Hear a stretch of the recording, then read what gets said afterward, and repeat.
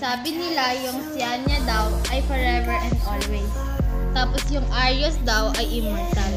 Zay ang tawag nila sa akin. Tama kayo nang narinig, immortal.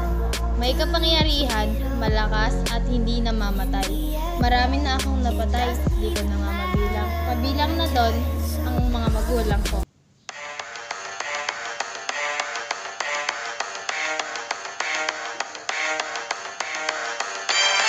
Kung magtatanong kayo kung bakit ko yun nagawa, maraming dahilan. Isa na doon ay ang mga taong ayaw umalis sa buhay ko at pilit akong ginugulo.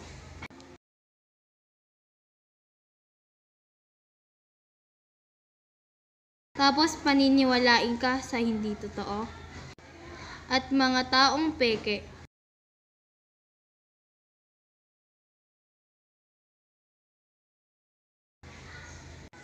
Mga taong akala mo, aasahan mo, pero tatry na rin ka lang pala.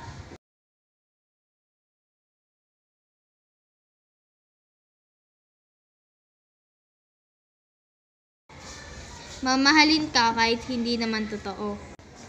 Ipapakita niya na hindi ka niya hinuhusgahan, pero pagtalikod mo, nandun ang paghuhusga.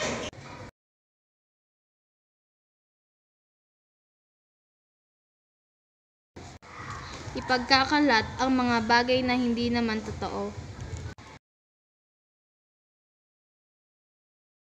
Aagawin ang kasiyahan ko kahit nasa kanya na ang lahat ng kasiyahan na dapat nasa akin. Kunwari, tatanggapin ka,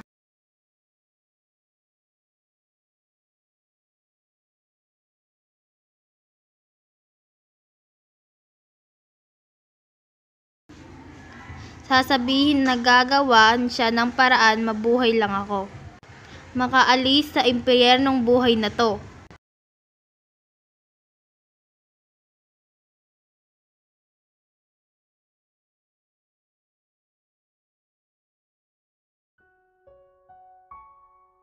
Pero wala. Wala lahat ng iyon. Kasinungalingan, or let's just say imagination. Imagination lang o lahat. Wala akong kapangyarihan. Wala ako maraming napatay. Hindi ako malakas dahil mahina lang ako.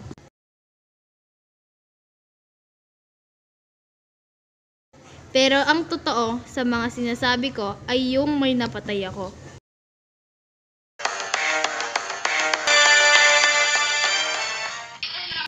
At naging ganito ako dahil sa kanila. Sino? Yung taong akala mo santo na napakabait pag sa ibang tao, pero pag sa akin na wala na yung mabait na nakikita nila. Na kahit ano pang gawin ko, kahit mahalin ko siya, wala pa rin. Dahil hindi niya ako tanggap.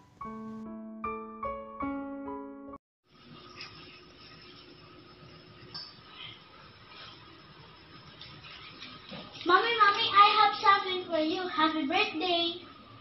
Ano to? Ano to?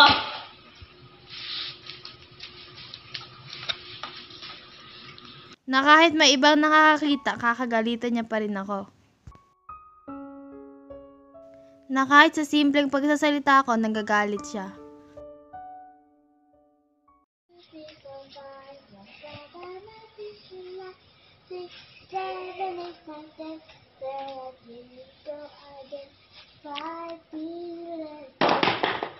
Ano ba yan? Ang ingay-ingay, nakaka-istorbo kayo! Hanggang ngayon, sa pagtanda ko, sinasaktan niya pa rin ako. Hindi ko nga siya matawag man lang na mama. Dahil natatakot pa din ako. Dahil hindi niya pa rin ako tanggap hanggang ngayon.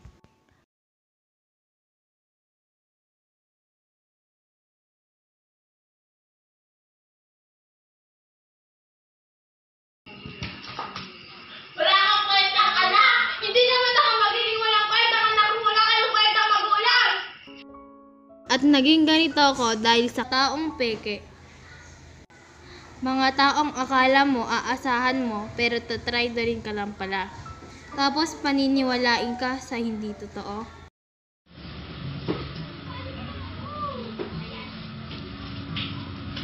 Tulungan ka na namin, Say. Sige.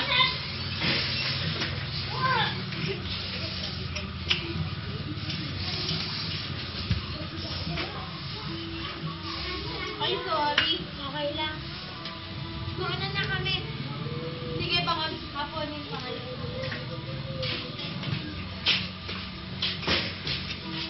Alam kong hindi nila ako tinuring na kaibigan. Sa harap ko, mabait sila.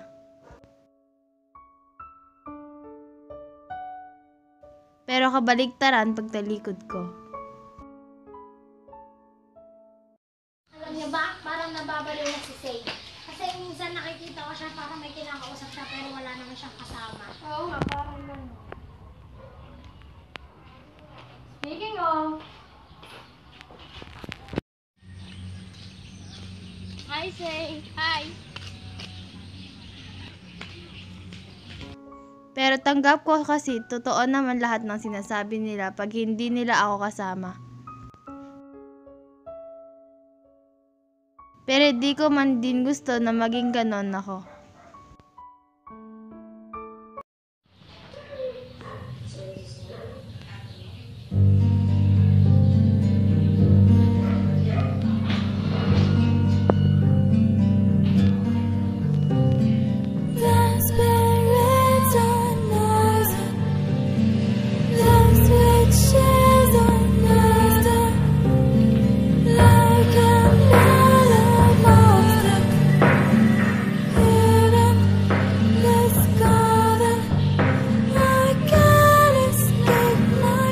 Wait, kaya hindi kayo totoo!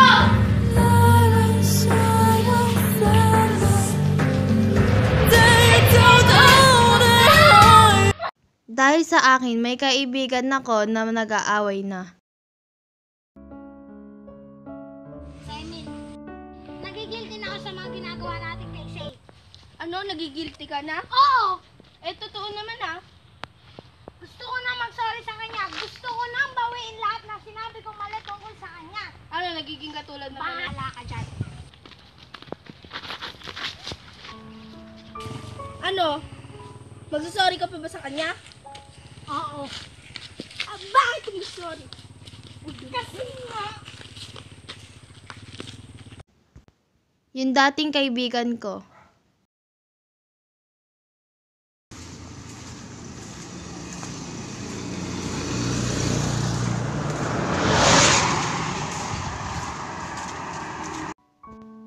Ngayon kaagaw ko na at isa sa sumisira sa akin.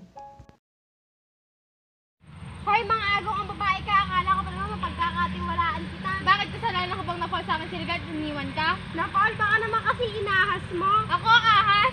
Hindi na nga kayo, nag-a-assume ka pa. FYI, hindi pa kami break. Sino nagsabi sa'yo? Eh, kinakahiya ka nga niya eh. Aba, akalain mo nga naman andito pala yung pambansang ahas. Ikaw yata ang ahas. Bukod sa ahas ka na nga, plastic ka pa. Ikaw ahas, inaas mo nga si Rigel sa akin eh. Nang dahil sa isang lalaki.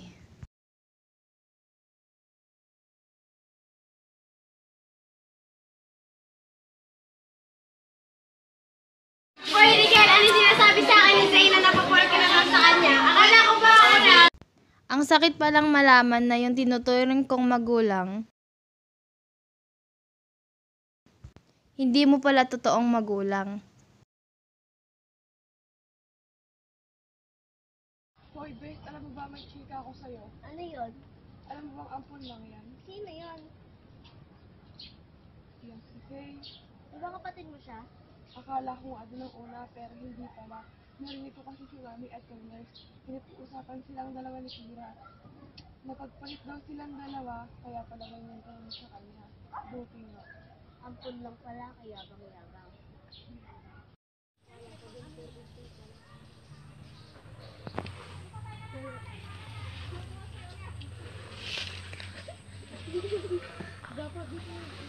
Sinikreto lahat nila sa akin yon.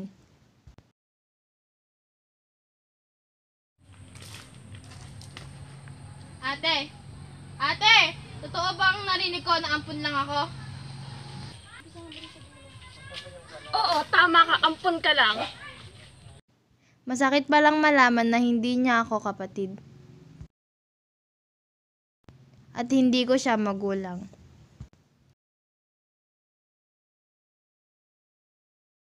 At dahil sa nalaman ko na katotohanan, at sa mga taong nakapaligid sa akin, kaya naging ganito ako.